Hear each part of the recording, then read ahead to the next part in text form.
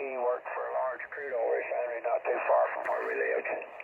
But we started a scout troop in fall of, well, it was actually about November of 1953. So I was 14 years old then. But anyway, he started telling us all about amateur radio. Of course, we didn't know what he was talking about. But anyway, eventually several of us in the scout troop got our novice ticket. And K5ACR for 1 year. That's all that ticket was good for, and you couldn't renew it. And you couldn't reapply for it. You had to either upgrade or quit. So we worked like the CW.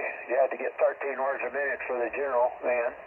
And we studied the general theory, and took the test right at the last of I think it was just before Christmas in 1954 there, and it took about 3 months to get our ticket, but that's how long it took.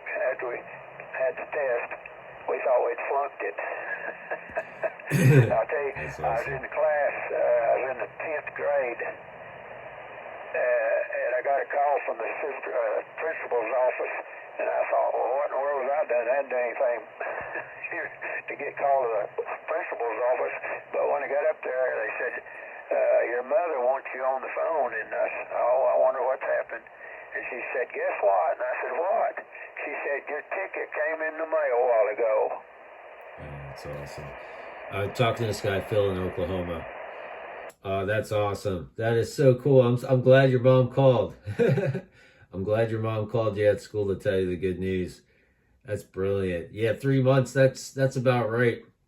You're one of the ones. One of the great ones that you had to learn the code and know it well, and 13 words a minute. And yeah, I'm still listening, and trying to train myself to hear it before I go keying it out. It's been a hard struggle, very hard struggle to have the time to do that. But you guys did a great job doing it. That's awesome that you did it in Boy Scouts. I have a buddy here in my area that he does Scouts on the Air and Yoda Youth on the Air and stuff like that. And he trains the Boy Scouts, the Girl Scouts. They get them on the local repeater to make contacts, and then he has, we stand by and talk with the kids and try to get them interested, and it's a good way to get the young folk aware of what we're doing out here.